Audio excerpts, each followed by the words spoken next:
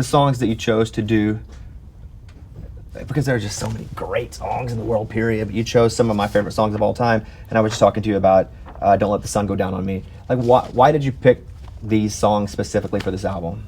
Well, I picked songs that I love, and I picked songs that my husband loved, because he's the real rock and roller, and he was a big inspiration for doing the album. But I picked this Don't Let the Sun Go Down on Me because I love Elton John.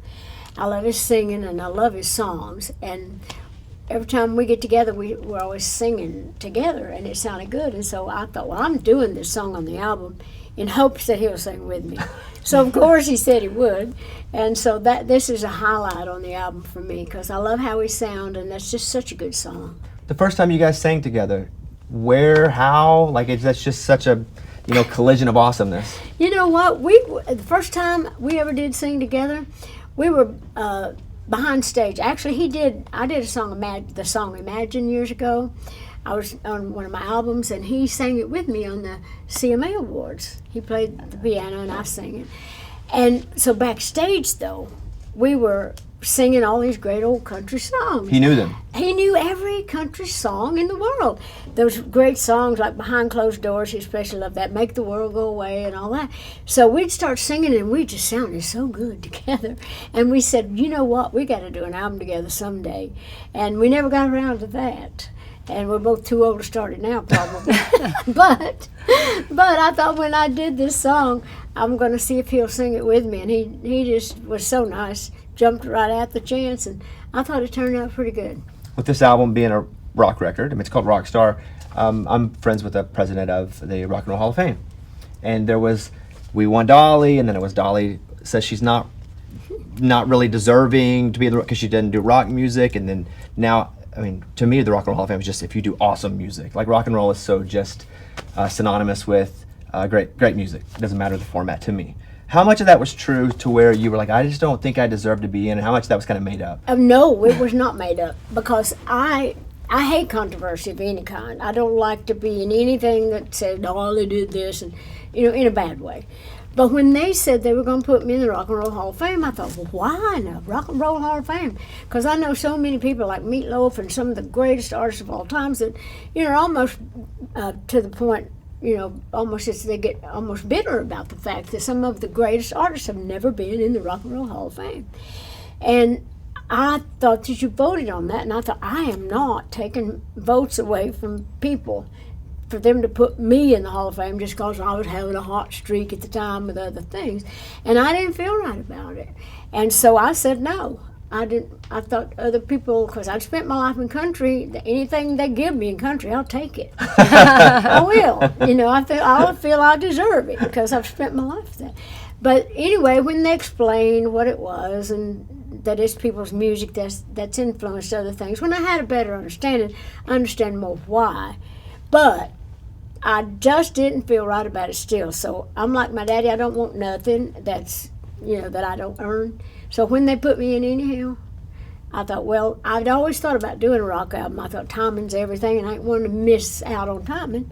So I thought, well, I'm going to do it. So I announced it there that night. I said, I'm going to think about doing a rock and roll album. Any of you want to join me? And a lot of them did.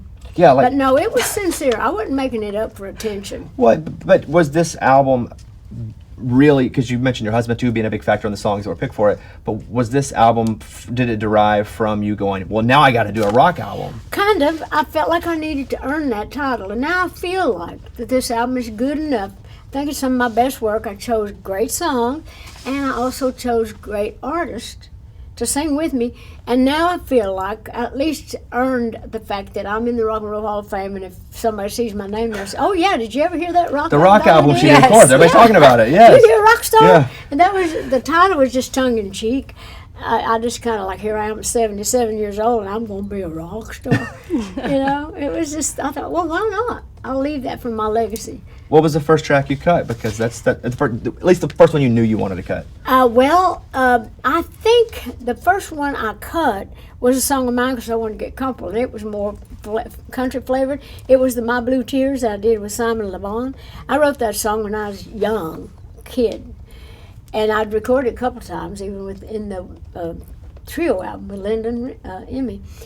And so I did that one just to kind of get get my stuff going. And then we started cutting songs like Satisfaction. I think that was the second one.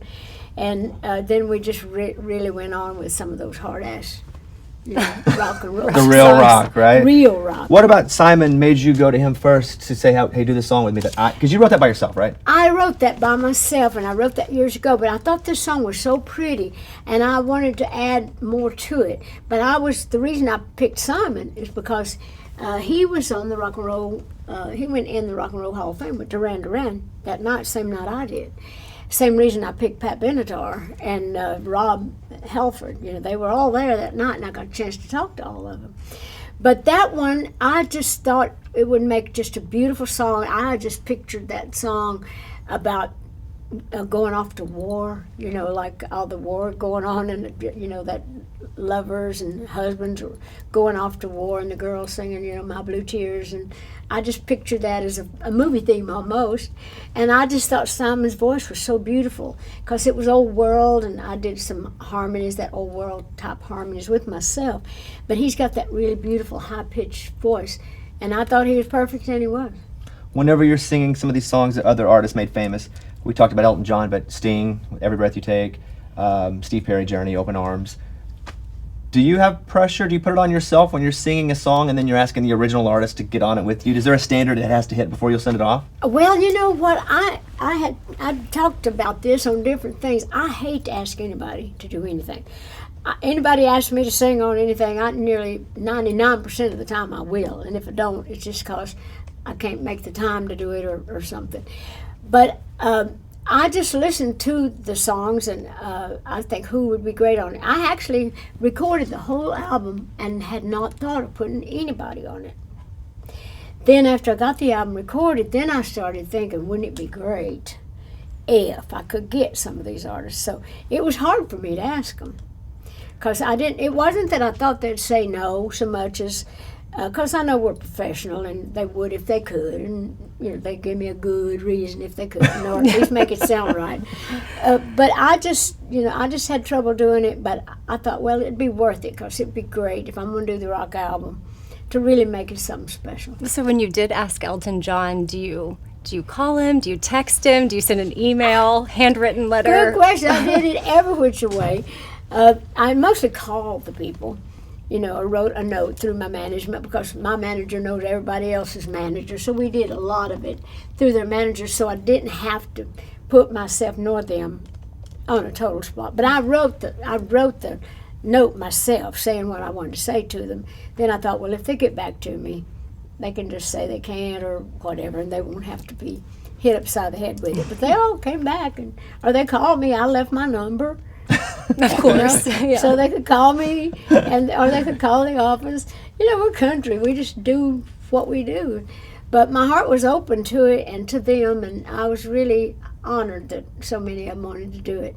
I picture there's a meme or like A Beautiful Mind where he's doing, there's connecting all the dots and the ropes in that movie. You doing this with songs and all these artists because it's so many great artists, and you going, well, Debbie Harry sounds really good on this one, but what if, because she's so good, how did that process come together? Well, actually, when I recorded all those songs, I thought about all those people that were still living and still productive. Some of them we hadn't heard from in a long time, like Steve Perry, who was always one of my favorite singers ever. And some people say, I don't think you'll get him because he doesn't work that much anymore, and this and this and this. Well, when I got in touch with him, he called me right back. And he said, I've been a fan for years. I used to watch you on the Porter Wagoner show, and my family loved you, so I knew you. So they all had their own kind of story and their own kind. Same with Rob Halford. When we were standing there at the Rock and Roll Hall of Fame, he was saying how his whole family grew up on My Lakota Many Colors, and he was naming songs like Down from Dover off of albums that you'd have to really know my history and know me. To know some of the songs. And so we just made personal connections, and then when I called about singing on it, they were all in. Yeah. Well, so 79-ish albums, do you know? That's how many that you've recorded. And we were looking at that number, and I think even just contributed to 2,000 songs. So do you ever have times where you're like, what are the lyrics to that song? Or any time where you, like, could you sing every song that you know you've ever been a part of? I know the melody, you know, like if I hear something, but I couldn't go out, I couldn't take my guitar and sing, you know, a lot of those songs. I can, the ones I sing over and over on stage every night. But a lot of times we have teleprompters anymore. The older you get, the less memory you got. But you know, but I know the ones that I sing all the time, like Jolene and you know all those. But yeah, it's not easy to remember all of them. Then there's sometimes I'll think, did I write? You know, I'll see a title and I think I don't remember what that song is. Yeah, I was gonna ask if you're like sometime just in Kroger or something and you hear a song of you singing, you're like, I don't remember that song. I do. You know, I think sometimes I'll hear something and I'll think, is that me? Yeah. Is that my song? Or I'll think, when I'm going through my stuff, my catalogs, I'll see it. Or I mean, if somebody says something, I see a list of songs. I don't remember what the lyrics are until I, you know, look it up. And then I think, well, do I remember what the tune is? Are you ever like, oh, dang, that's pretty good. Yeah. I did a great job. job. I do that a lot. And then I'll think some of them, no, that's not good. I know why that was never a hit. The book Behind the Seams, it's interesting to me because something that you're so known for and celebrated for, we now understand that as being normal. However, you're the one that had to kind of create these new highways for people to drive down. And I would assume that it always wasn't so easy where people were just celebrating you for your fashion. People had to be like, wow, what is she wearing at times? Where now again we look at it and go, that's Dolly, she's set the standard for everybody else. But when you're someone who's breaking ground on new things, there's a lot of criticism or there's a lot of just judgment on you. Yeah, it couldn't have been so easy all the time. It wasn't, but I chose to be myself even still. Some things would embarrass me, some things would hurt my feelings, but not enough to stop me. You know, because I always just wore things that I was comfortable with. I didn't have the money to be fashionable, you know, back in the days, and but I just wore what I was comfortable with, what I thought fit my personality, and it was a country girl's idea of glam. You know, my backwoods Barbie look, so to speak. But it really was. You know, when I wrote the song Backwoods Barbie, you know, it's like I'm just a backwoods Barbie. Too much makeup, too much hair.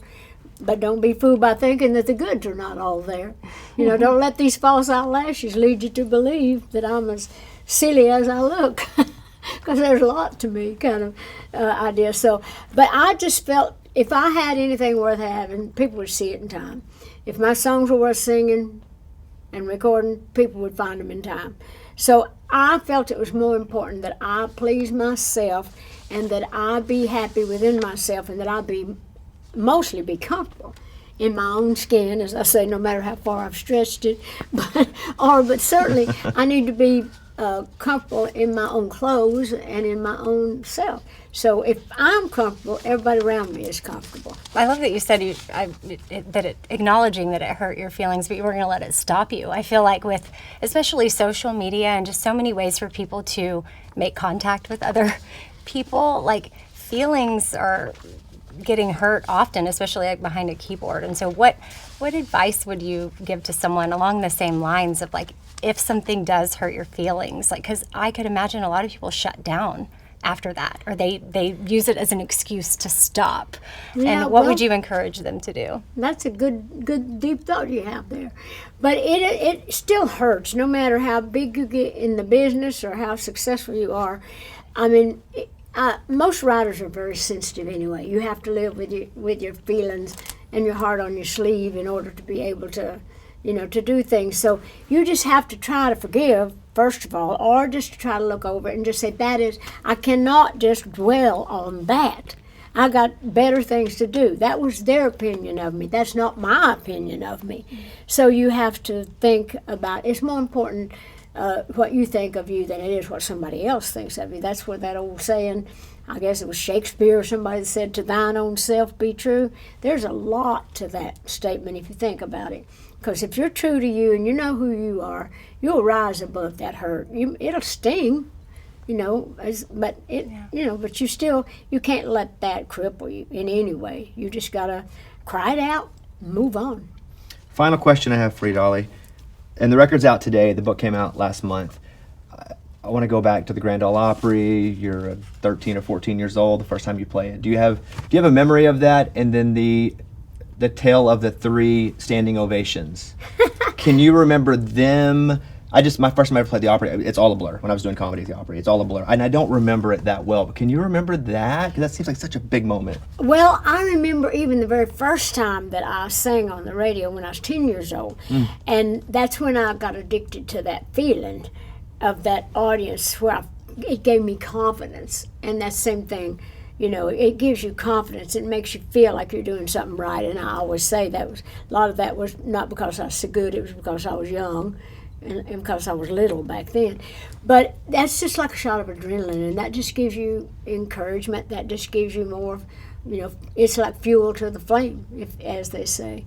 But I remember all of the things. The same way I feel now when I'm out there in the audience. And with the audience out there when I'm out on stage now.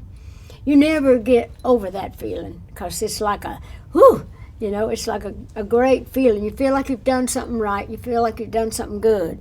So you're proud of yourself and you're proud of them, for making you feel good, and that you feel like, well, they've made me believe that that I'm worth what they've paid to come to see me, because, the fans are everything. We all want to think we're good at what we do, but if we didn't have that following, if we didn't have those people that believed in us, to the point of buying records and all that, we wouldn't have them. So there's something to be said about when people react in that way. It makes you feel good, and it makes you feel proud, and it makes you feel like that you've done something right and something good. The album is out today. It's Dolly and everybody else that's super famous, but slightly less famous than her, because nobody's more famous than you. You're the queen. You're the queen. 30 songs, 9 original tracks, and 21 iconic rock anthems. And I thought, I don't want to say iconic rock anthems. That might feel, but no, it's true. You picked the biggest. I did. I wanted to pick the best songs with the best artists that I could find to help me out on, and the behind the scenes.